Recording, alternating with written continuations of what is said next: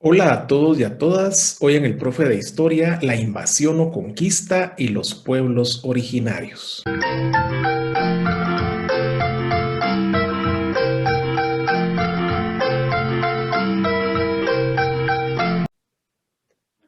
Hola a todos y a todas. Hoy en el Profe de Historia, la invasión o conquista y los pueblos originarios. Quisimos titular este vídeo con dos conceptos, el de conquista y el de invasión, para referirnos a los sucesos acaecidos en el siglo XVI, particularmente en el altiplano de Guatemala, cuando los señoríos, como los quichés, cachiqueles, mames, sutujiles y demás, fueron invadidos por el ejército español comandado por Pedro de Alvarado y sus hermanos. Resulta que utilizar el concepto conquista lo vamos a hacer porque está definitivamente muy arraigado en los libros de texto, en la enseñanza tradicional de la historia, en el imaginario nacional, y para ubicarnos de qué se trata el tema, quisimos utilizar este concepto que para nosotros es totalmente inapropiado. ¿Por qué? Porque una conquista se refiere a un hecho romántico y no podemos romantizar un hecho que definitivamente fue una imposición, fue basado en el abuso de autoridad, en el abuso de poder y definitivamente que trajo tanta violencia y tanto dolor para los pueblos originarios. En su lugar, preferimos la utilización del concepto invasión, porque consideramos que justamente fue eso lo que ocurrió sobre el territorio de los pueblos originarios de esta parte del actual territorio de Guatemala.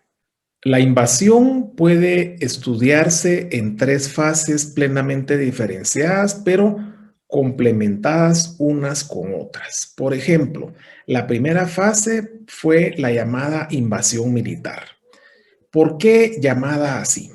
Resulta que es efectivamente el momento donde Hernán Cortés le pide a uno de sus capitanes de conquista que vaya a hacer una expedición para investigar cuáles son las posibilidades de continuar con procesos de invasión o conquista una vez logrado el objetivo de someter al actual territorio mexicano y a todos los pueblos originarios que ahí se encontraban. Y resulta entonces que a finales de 1523, Pedro de Alvarado es enviado por Hernán Cortés en esta expedición.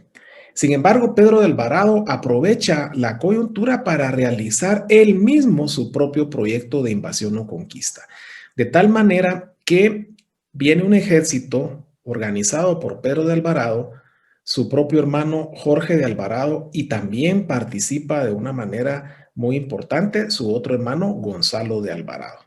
Este ejército castellano o español estaba formado por más de 400 soldados castellanos, y algo fundamental es que junto a ellos venían ni más ni menos que más de 1000 guerreros provenientes de diversos pueblos originarios del actual territorio mexicano, como era el caso de los cualquecholtecas, los mixtecas, los tlaxcaltecas, los mexicas y los cholutecas, entre otros. Estos fueron fundamentales porque conocían el territorio, conocían las estrategias militares de la época y fueron determinantes para la victoria del ejército invasor.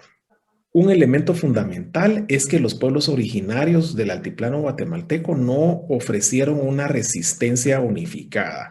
Nunca buscaron unas alianzas para resistir al invasor, sino que cada uno planificó su propia estrategia. Y eso fue un elemento crucial también, porque el ejército invasor no tuvo que lidiar frente a un ejército unido, sino al contrario, a pequeños ejércitos que se les fueron enfrentando y a los cuales fueron venciendo paulatinamente. Claro está que dentro de esa fase de invasión militar hay que marcar como algo decisiva la diferencia, como algo decisivo, la diferencia tecnológica armamentista. Mientras los pueblos originarios utilizaban armas muy sencillas de piedra, de madera, las huestes invasoras traían armas mucho más letales, armas de hierro, armas de fuego, venían con una cantidad impresionante, por ejemplo, de cañones, de perros amaestrados para apoyar el proceso de conquista y obviamente caballería. Traían caballos que eran una cuestión fundamental en la forma de hacer la guerra en Europa de aquel tiempo. Y obviamente todo este desconocimiento por parte de los pueblos originarios fue claro para asegurar la victoria en manos del ejército invasor. Obviamente que lejos de pensar que solamente la invasión militar iba a ser la única, como lamentablemente a través de generaciones se le ha enseñado a los y a las escolares de Guatemala, en la que se les dice que lo importante en la conquista o en la invasión fue esa dominación militar. En el imaginario nacional está la idea de que esa batalla épica entre unos y otros, y a veces hasta esa romantización de una batalla entre un personaje español, como pudo haber sido Pedro de Alvarado, y un quiché, como pudo haber sido Tecumán, sería el culmen, sería la idea central de la conquista y o de la invasión. Sin embargo, no fue así. Hay una fase fundamental que es la fase de dominación socioeconómica. ¿Por qué? Porque quienes venían en el ejército español o castellano tenían claro que el objetivo no era solo vencer militarmente a estos pueblos originarios, sino principalmente someterlos y utilizarlos a su favor. De tal manera que vino esa fase de dominación socioeconómica que fue la esencial de todas. ¿Por qué razón? Porque eso le permitió al ejército invasor apoderarse del territorio. Eso fue crucial. Al apoderarse del territorio pudieron tener acceso a los recursos y a las riquezas de ese territorio. Y dentro de esos recursos y esas riquezas, por supuesto que el factor tierra va a ser esencial. El tomar la tierra de los vencidos fue crucial para los intereses de quienes habían venido en estas campañas de invasión.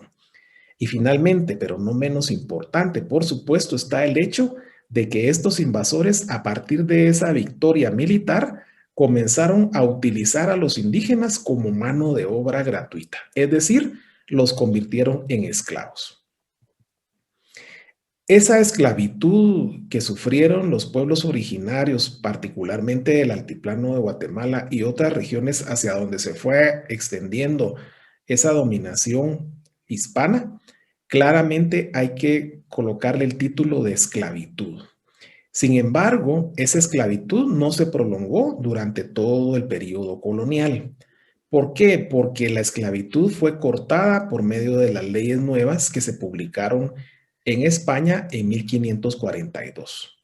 Acá hemos colocado un parteaguas de 1524 a 1556 para marcar que aproximadamente durante esas 3 décadas se aplicó la esclavitud total de los españoles que habían sido los vencedores frente a los pueblos originarios quienes habían sido los vencidos.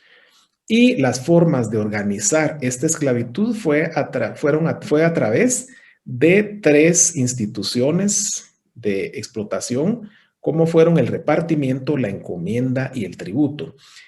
En esta primera etapa de esclavitud de 3 décadas aproximadamente, estos 3 van unificados. ¿Por qué repartimiento? Porque el capitán de conquista tenía el derecho de repartir entre las personas que contribuyeron con la victoria militar, es decir, con las huestes que lo acompañaban, con repartir o dividirles a ellos una cantidad importante de indígenas para que trabajaran, para que fueran sus servidores y en este caso sus propios esclavos. La encomienda fue también ese proceso mediante el cual se les asignó a estos encomenderos una cantidad determinada de indígenas con el propósito de que estos los sirvieran, los atendieran. A cambio, el encomendero se veía en la obligación, como reza la palabra, de estar encomendado a cuidar, a enseñar principalmente la fe cristiana a estas nuevas almas que habían encontrado. Y finalmente el tributo es parte del mismo proceso porque a los indígenas, a los pueblos originarios, se les obligó a tributar principalmente y al principio en metálico, cuando ya no se pudo fue con diversos productos Y finalmente, entonces, podemos decir que mediante estas tres instituciones quedó establecido firmemente ese modelo de dominación que venía impuesto a través de esa fase básicamente socioeconómica. La fase de imposición ideológica es una fase fundamental, es la tercera fase y no es menos importante que las anteriores. Una vez consolidada la dominación militar y evidentemente consolidado el poderío socioeconómico de los españoles frente a los pueblos originarios, venía la tercera fase, que era la imposición ideológica. La idea era que los indígenas adoptaran una nueva religión, obviamente la religión cristiana, que comenzaran a cambiar sus formas de pensamiento, sus formas de interactuar y todo lo demás, y que se fueran adaptando a esa nueva cultura, a esa nueva ideología. Tan es así que se vino una etapa traumática para los pueblos originarios, porque vamos a suponer el ejemplo clásico.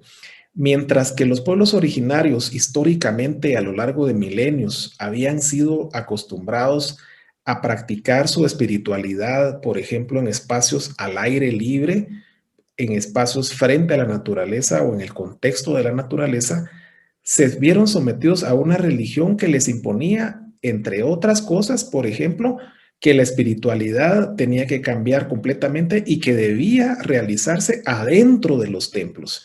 Ese cambio fue traumático porque imaginémonos que eran milenios los que tenían que quedarse atrás para darle paso a esta nueva forma de manifestación espiritual. Los primeros años de invasión y de conquista fueron de esa transición, de tratar de convertir paulatinamente a los indígenas y trasladarlos de cultos abiertos a los cuales estaban acostumbrados a llevarlos a cultos cerrados. Y ocurre entonces que tenemos ejemplos maravillosos de cómo los propios pueblos originarios trataron de resistirse a esa imposición ideológica. No hay que romantizar tampoco esa etapa pensando que los pueblos originarios decidieron convertirse así de la buena y de primera intención a la nueva religión sin oponer resistencia. Por el contrario, opusieron una resistencia que más bien fue pasiva. Por ejemplo, aquí tenemos un ejemplo maravilloso, básicamente como lo es el templo de Santo Tomás Chichicastenango en el Quiché, donde el templo católico fue erigido justamente por encima de un templo de origen prehispánico. ¿Qué fue lo que pasó acá? Quienes impusieron este modelo se percataron de que era más fácil tratar de ir llevando paulatinamente a los pueblos originarios a que fueran a la nueva religión a partir de prácticas que ellos ya tenían. Ellos sabían que los indígenas iban a seguir llegando a esos lugares que para ellos eran sagrados y lo que hicieron fue que ahí les colocaron un nuevo templo, en este caso un templo cristiano. Y a partir de ahí, los indígenas empiezan a manifestar una resistencia muy interesante, que actualmente se conoce con el nombre de sincretismo. ¿Por qué sincretismo? Porque el sincretismo lo que hace es una mezcla cultural entre una espiritualidad maya basada en esa cosmovisión, mientras que al mismo tiempo va entrando gradualmente la nueva religiosidad, la nueva espiritualidad, en este caso la religión cristiana. De tal manera que estas tres fases, la fase militar, la fase socioeconómica y la fase ideológica, todas se van conjugando de tal manera que se va consolidando un modelo en el que la sociedad queda totalmente dividida entre quienes tienen el poder, que son los españoles o castellanos, y los que perdieron todo y ahora tienen que adaptarse a una nueva forma de vida, como son los pueblos originarios. Muchas gracias.